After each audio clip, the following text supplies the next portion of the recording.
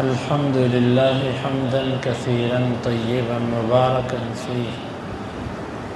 اللهم صل وسلم على نبينا محمد۔ دن بدن جیسے ہم قیامت کے قریب جا رہے ہیں ویسے ویسے فتنے بڑھتے جائیں گے۔ اللہ کے نبی صلی اللہ علیہ وسلم نے فرمایا تھا کہ میں فتنوں کو ایسے دیکھ رہا ہوں کہ جیسے بارش کے قطرے ایک کے بعد ایک گرتا ہے، یکے بعد دیگرے پے در پے گرتے ہی چلے جاتے ہیں۔ تو فتنے، آپ ایک فتنے کا سوچیں گے، اس سے اگلے دن ایک نیا فتنہ آیا ہو، اس سے اگلے دن ایک نیا فتنہ۔ آج ہم اسی زندگی سے گزر رہے ہیں کہ واقعتاً آج ایک نیا مسئلہ اٹھا ہے، ابھی وہ حل نہیں ہوتا تو ایک نیا اگلے دن مسئلہ آ جاتا ہے، پھر اس کے بعد ایک اور نیا، اس کے بعد ایک اور نیا، حتیٰ کہ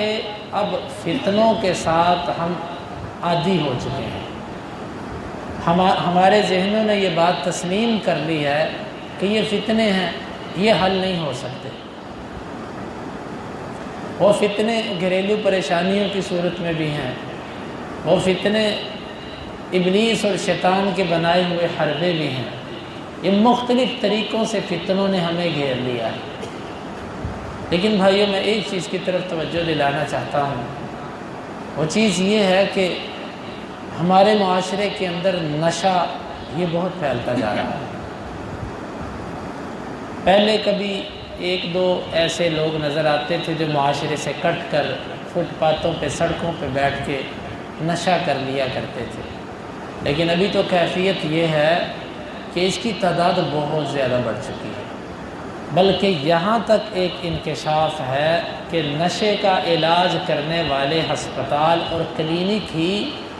2-4 ماہ بعد مخفی طریقے سے اس بندے کو پھر نشے پہ لگاتے ہیں تاکہ یہ دوبارہ علاج کے لیے آئے اور ہمارے پاس پیسے آئے۔ یہ خود ہی پہلے علاج کرتے ہیں، 2-3 ماہ علاج کیا، پیسے لیے، بندہ ٹھیک ہو گیا، پھر رابطہ تو ان کا ہوتا ہے، پھر ایسے طریقے سے اس تک دوبارہ نشہ پہنچانا شروع کرتے ہیں کسی اور ہاتھوں سے کہ وہ بندہ پھر پہلے والی حالت پہ لوٹتا ہے، اور پھر 6 ماہ سال بعد ان کا وہ پیشنٹ بنتا ہے۔ ابھی بتائیے کہ جب مسیحاؤں کی یہ کیفیت بن جائے کہ وہی لٹیرے بن جائیں تو پھر اس معاشرے میں کیا کیا جا سکتا ہے؟ میرے بھائیو، نشہ جو لوگ کرتے ہیں ان کے ذہنوں کے اندر کیا ہوتا ہے؟ یہ کہتے ہیں کہ ہم دنیا کی پریشانی اور غم کو برداشت نہیں کر سکتے، لہٰذا ہم اپنے آپ کو ایسی کوئی خوراک دیتے ہیں کہ جس سے ہم دنیا کے غموں سے بے غم ہو جائیں، دنیا کی فکریں اور پریشانیاں ہمیں پریشان نہ کریں۔ پھر یہ اس وجہ سے نشہ لیتے ہیں اور نشے کے اندر رہتے ہیں۔ جب وہ نشہ ٹوٹتا ہے پھر یہ اپنی پہلی کیفیت پہ جاتے ہیں، پھر تھوڑی دیر بعد وہ نشہ لیتے ہیں، حتیٰ کہ کئی اسی طرح، بلکہ تمام کے تمام اسی طرح کی زندگی میں مر جاتے ہیں۔ گھر سے باہر پارکیں، فٹ پاتھ اور سڑکیں یہ ان کا مسکن ہوتا ہے، اور پھر یہیں پر ہی یہ لوگ مرتے ہیں۔ بیکار زندگیاں، نہ نماز کا پتہ، نہ طہارت کا پتہ، یہ گندگی۔ میرے بھائیو، یہ ہمارے معاشرے کے رہنے والے لوگ ہیں، کوئی ہمارے محلے دار ہوں گے، کچھ ہمارے ممکن ہے اللہ نہ کرے عزیزوں میں سے بھی کچھ ہوں، اور ممکن ہے کچھ دوستوں میں سے بھی نکل آئیں، یہ ہمارے ہی معاشرے کے لوگ ہیں۔ آخر ہم ان لوگوں کو کیسے بچا سکتے ہیں؟ ہم نے ان کو بچانا ہے، کیونکہ اسلام کے نقطہ نظر میں ہر مسلمان ایک جسم کے مانند ہے۔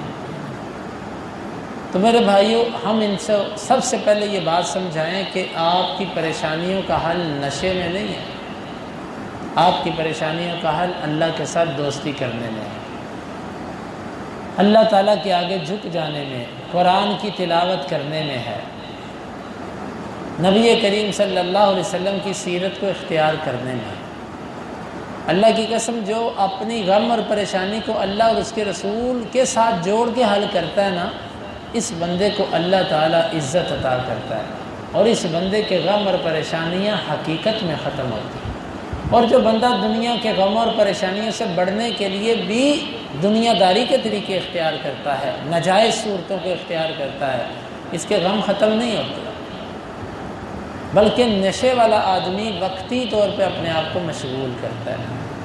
اس کے بعد جیسے ہی اس کا نشہ ٹوٹتا ہے وہ پریشانی پھر اس کے سر پہ آ جاتی ہے، اور پھر اپنے آپ کو مشغول کرتا ہے، پھر پریشانی سر پہ آتی ہے، وہ پھر مشغول کرتا ہے۔ تو یہ نشہ جو ہے یہ اتنی بری چیز ہے، آپ اندازہ کریں کہ جس کیفیت میں اللہ کہتا ہے تم نے میرے پاس نہیں آنا، وہ کتنی گندی کیفیت ہے۔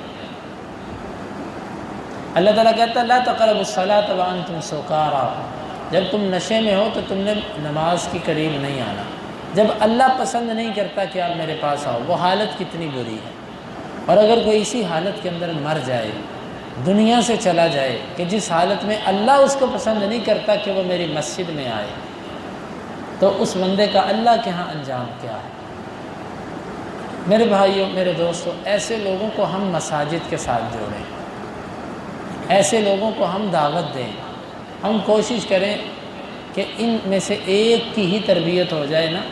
ایک بندہ بھی ہم میں سے اگر کوشش کرے نا ایک بندے پر، تو معاشرے کے اندر کوئی 6 ماہ سال کے اندر کوئی 50-60 نشے والے کم ہو سکتے ہیں، اور پھر بندہ ان کو آگے کہتا ہے کہ تم بھی آگے ورکنگ کرو۔ یہ علاج اس کا صرف اور صرف تعلق باللہ ہے، اللہ کے ساتھ جوڑنے میں اس کا علاج ہے۔ جو بندہ اللہ کے ساتھ نہیں جڑے گا اس کا نشہ نہیں چھوٹ سکتا،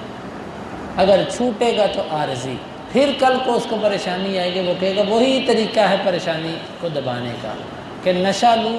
ذہنی ٹینشن سے آزاد رہوں، جبکہ ان پریشانیوں کا حل الا بذکر اللہ تطمئن القلوب، اللہ کے ذکر کے ساتھ ہی دلوں کو اطمینان ملتا ہے۔ تو میرے بھائیوں، ہم کوشش کریں کہ اپنے معاشرے سے اس لعنت کو دور کریں، اور اس کے چھوٹے اجزاء جو ہیں یہ سگریٹ اور نسوار ہے۔ سگریٹ، نسوار اور یہ گٹکا اور یہ تمباکو اور یہ پان اور یہ حقہ، یہ سب کے سب اسی کی شاخیں ہیں۔ یہ بعض مولویوں نے یہ باتیں مشہور کر رکھی، یہ مکروہ ہے، یہ حقیقت یہ ہے کہ یہ حرام ہے، یہ نقصان دہ چیز ہے، انسانی صحت کے لیے مضر ہے، یہ حرام ہے۔ تو ہم یہیں سے دیکھیں کہ ہم اگر نماز بھی پڑھتے ہیں تو ہمیں ان بیماریوں میں سے کوئی بیماری تو نہیں ہے، ہمارے بھائیوں کو، عزیزوں کو ان گندگیوں میں سے کوئی گندگی تو نہیں لگی ہوئی، ہم اس سے ان کو بچانے کی کوشش کریں۔